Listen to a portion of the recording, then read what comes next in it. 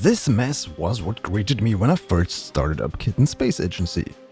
And this is how I play the game right now. There's a lot to talk about here, guys. Hello everybody and welcome. It's been almost exactly 10 days since I received access to the first pre-alpha build of Kitten Space Agency. Since then I tried a bunch of things, I reported a couple of bugs and suggested a couple of improvements to the developers. I also had the odd crash and even a blue screen of death while playing, but that was probably due to me overextending the capabilities of my hardware. More on that in a second.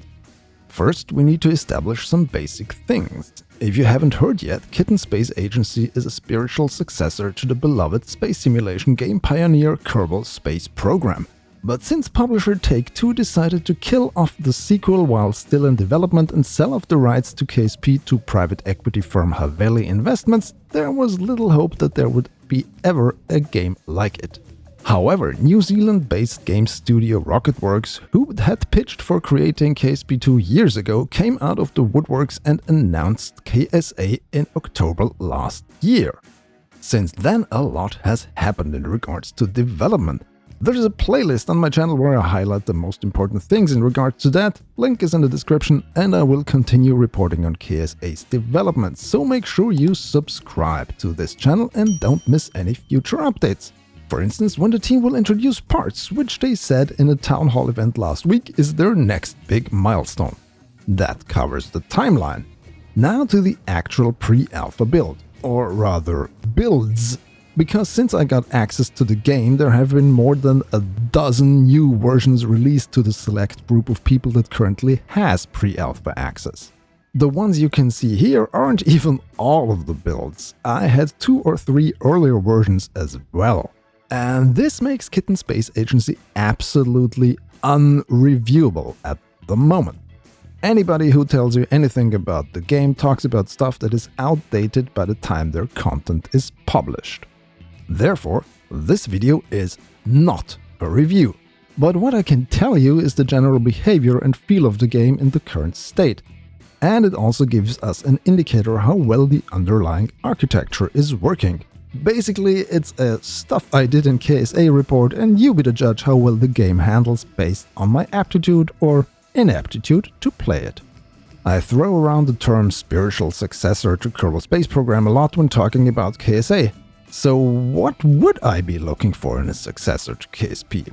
Well, to me, that's a couple of things.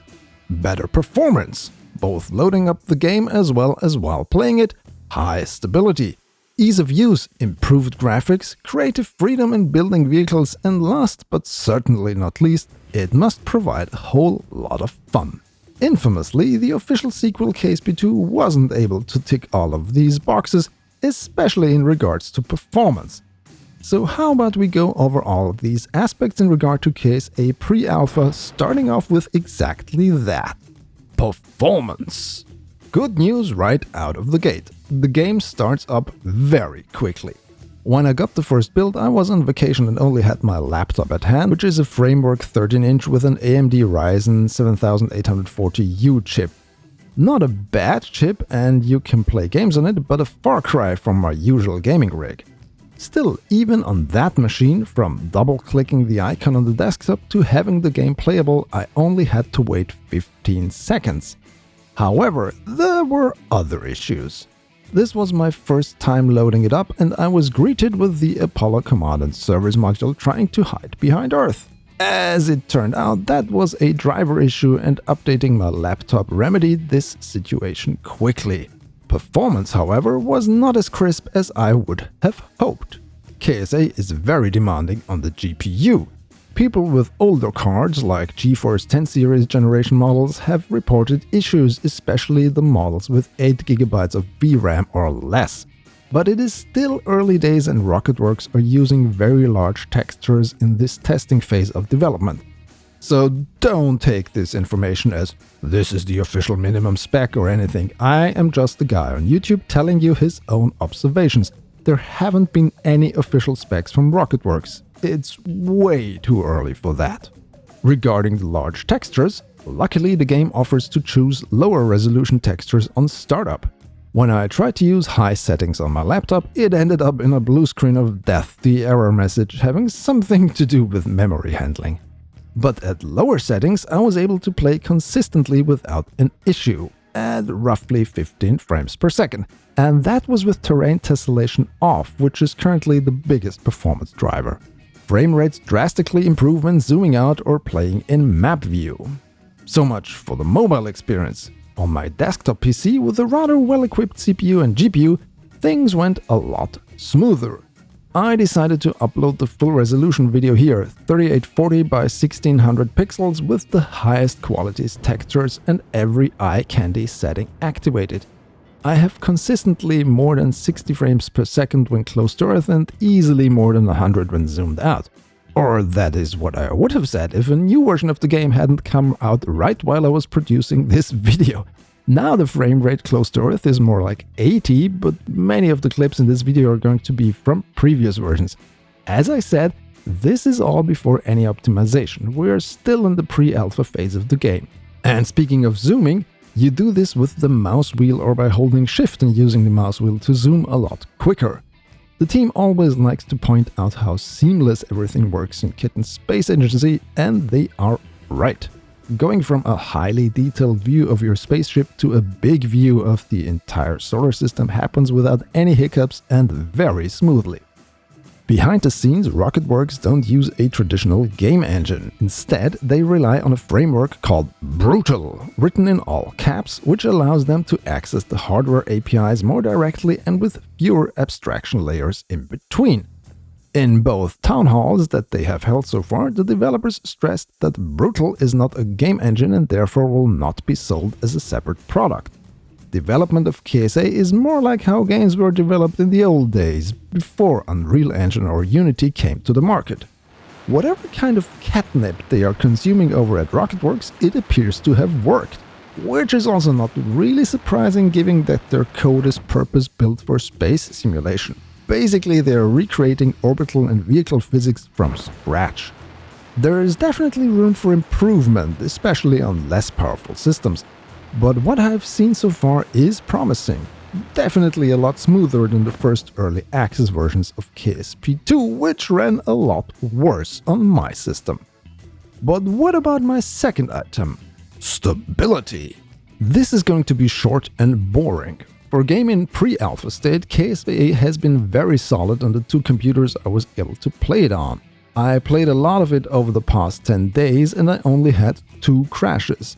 The aforementioned blue screen, which I attribute on me overloading the memory of my laptop, and on my desktop the game exited suddenly without any error message during startup. I was immediately able to relaunch it and I wasn't able to reproduce this despite trying. However, there are people that haven't been this lucky. I heard from others in the pre-alpha group that they weren't able to get the game running at all.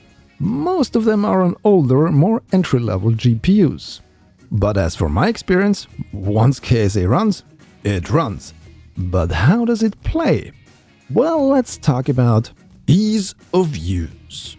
This is going to take a while, so we're going to split this up into a couple of sub-items. And everyone watching should be reminded that this is still a very early build of the game, despite many of the fundamentals already in place. At least the core game loop fundamentals of launch from Earth orbit and visit another planet. The classic quality of life fundamentals that people would expect in a video game are in part not even there yet. So let's start with quality of life.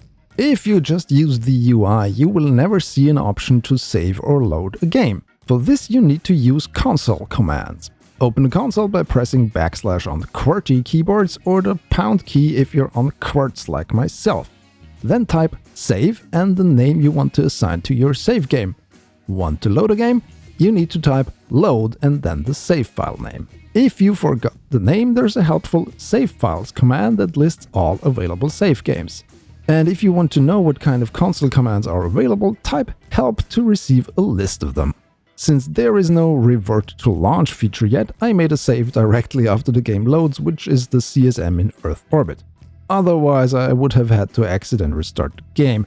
Given how quick it loads, it's not that much of an issue, but this way is much more comfortable. Also, I don't have to reset all of the UI elements again. Yeah, all the gauges can be placed wherever you want and can be resized to your heart's desire. However, there is no feature implemented yet that persists these changes. Alt-tab outside of the game, change a setting or exit and restart, and the gauges will be in their default position and size again. And some of the gauges don't retain their aspect ratio, which can make them harder to decipher when you drag them the wrong way. In general, the UI is very bare bones. The developers are currently relying on Dear Image UI or ImGUI and haven't really bothered to invest time into a custom UI for Kitten Space Agency yet. That's something for later. Build core systems first, make them accessible later, seems to be the mantra over at Rocketworks. Speaking of accessibility, let's talk about vessel control. So, how do you play this game, and is it harder or easier in KSP? Currently, I would say it is a lot harder, mostly because it is still very early for KSA and a lot of helpful things are not yet implemented.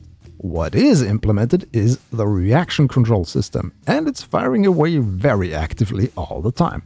That's because, unlike Kerbal Space Program, Kitten Space Agency does not rely on overpowered reaction wheels but uses thrusters, just like most real spacecraft do. Currently, there are only 2 vehicles implemented, an Apollo CSM and a Gemini 7 capsule in honor of recently deceased astronaut legend Jim Lovell.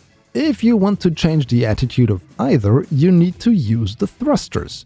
But there are multiple helpful autopilot options to support you. You can either set it to manual, which will require you to really manually control the ship. This is not like using RCS with SCS stability control in KSP. You need to stabilize the vehicle yourself constantly. Or you press null rot for cancelling out any rotation. Then there are modes for surface, orbit, velocity and burn that are all pretty self-explanatory. Once you have pointed your vessel where you want to send it, you can increase or decrease your throttle with the up and down keys. It never goes down to 0, which is deliberate. And you need to press Z to fire and X to cut off the engine.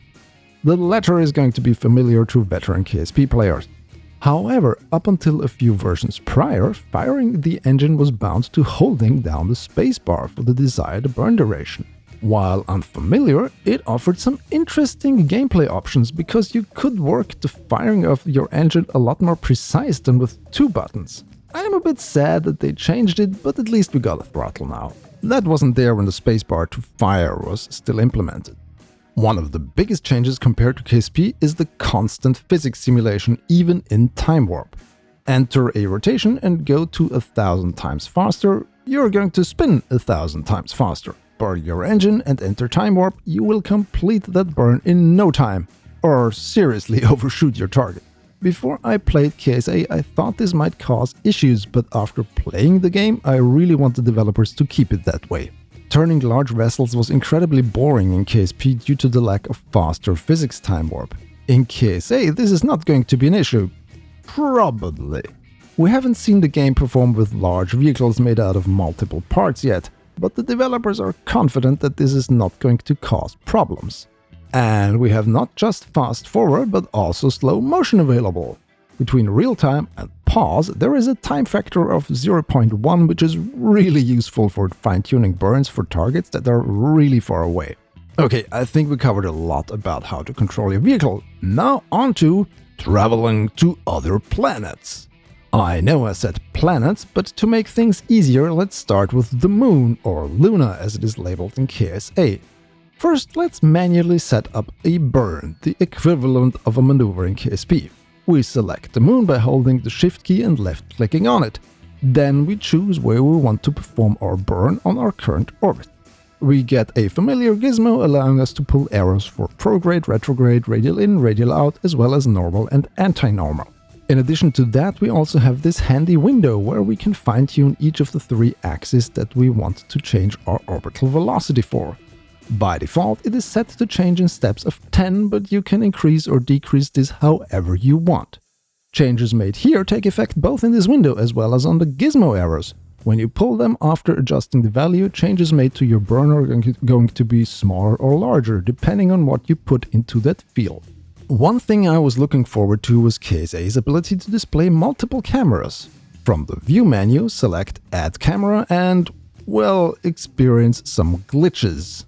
This feature is unfortunately still very much work in progress.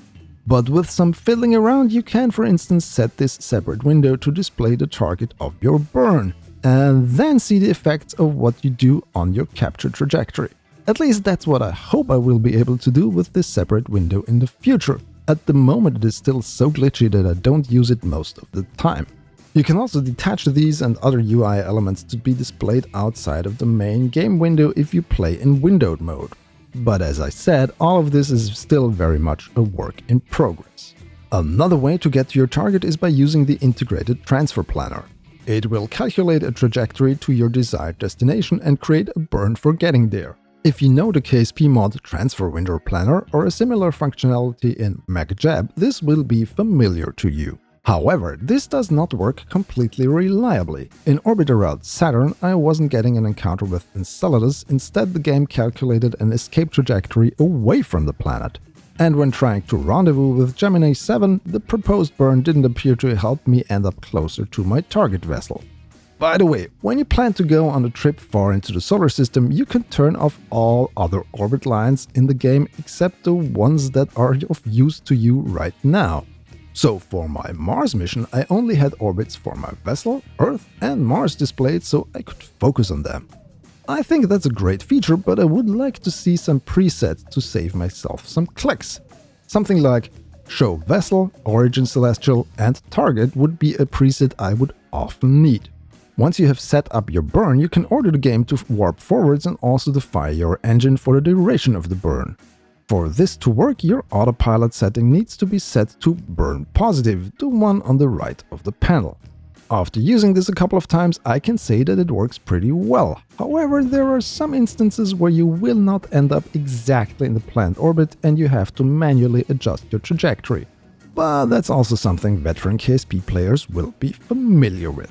So far, I have been to Luna, Saturn and its moon Enceladus, and Mars. The transfer planner got me there most of the way, but I had to tweak my approach here and there to get the results I wanted. One thing that never happened in my 10 days in KSA, but that happens a lot in KSP, is that once you switch from one sphere of influence to another, that the orbit you have meticulously set up suddenly changes. Not so here in this game, despite its early pre-alpha state. But what about landing? Well, technically it is possible to land, as I demonstrate here. However, terrain collision is not finished yet, and speaking of collisions, none have any effect on your vessel yet, except causing it to spin uncontrollably. A couple of Kerbal moments were had. Or Kitten moments now? Let me know in the comments how you would call such an event in KSA. Alright, I think that covers pretty much the ease of use chapter. Well, except rendezvous and docking. While the former is theoretically possible, I haven't managed to get even one successful rendezvous done.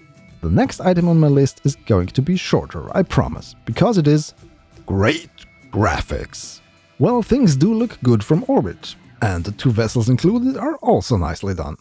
Then there are small details like these shadows the antennas from the CSM throw onto the hull, which I really enjoy watching. The lens flares are probably not everybody's cup of tea, but you can decrease their intensity or turn them off completely. Terrain is still a work in progress, and these are not the finished textures yet, which means the surface is not really a looker when getting up close and personal with it. Also, Saturn has no rings yet, which was a huge disappointment for me, because Saturn is my favorite planet in the solar system. But the developers explained that they don't want to do a half-assed solution for rings, they really want them to appear like they would in the real world. They want to go the whole ass. Yes, that's a direct quote. We need to remember this is a pre-alpha, there is still a lot of work ahead of the team working on Spit and Cake Agency. Again! We need to remember this is a pre-alpha, there is still a lot of work ahead of the team working on Kitten Space Agency, especially when it comes to creative vehicle building. If you are a long-time viewer of this channel, thank you by the way, you will remember that I enjoy building massive spaceships with highly complex features. And in KSA, well, I can't. Not yet. As I mentioned earlier, there are two vessels, the Apollo CSM and the Gemini 7 capsule. That's it. The team mentioned in their second town hall last week that their next milestone is parts, but there are a lot of questions around that, and that will probably deserve its own video. So as I said previously, make sure you are subscribed so you don't miss when I talk about that. And this leaves me to talk about just one more thing on my list. Having fun. There is fun to be had in Kitten Space Agency, but it comes with a caveat. You need to already be a veteran space game player to even have a hope of doing anything here. There is a short explainer when you start the game up, but there are no tutorials or anything except for a couple of tooltips on the autopilot panel. Controlling your vessel is challenging in manual mode and landing is currently hit or miss. Well, you hit the planet, that's for sure, but it's questionable if you will be able to recover from that. There are no collision effects, so things are not going boom when they go wrong, which was half fun back in KSP, and I also failed to realize I had hit Enceladus on my capture burn attempt. I only saw the vessel spin out of control for no apparent reason, but as it turned out, I hit the surface.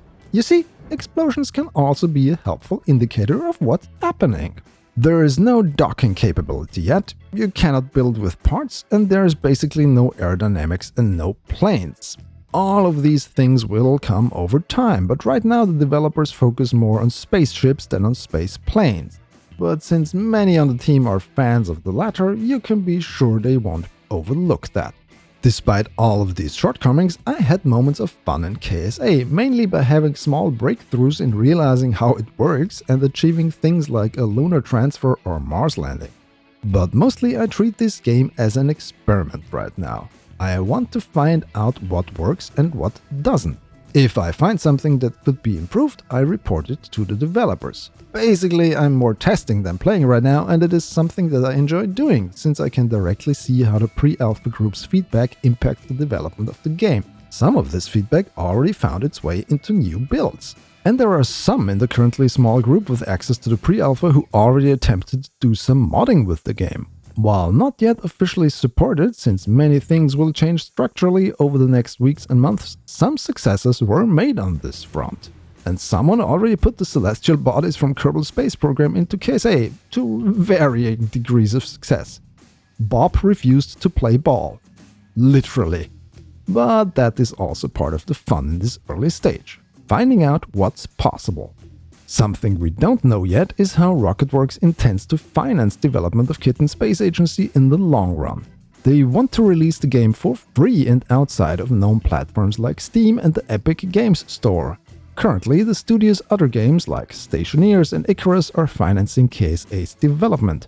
Meaning, if you think this game is worth being made, you should maybe pick up a copy of them. Or you wait until the team tells us how their contribution model, as they call it, will work.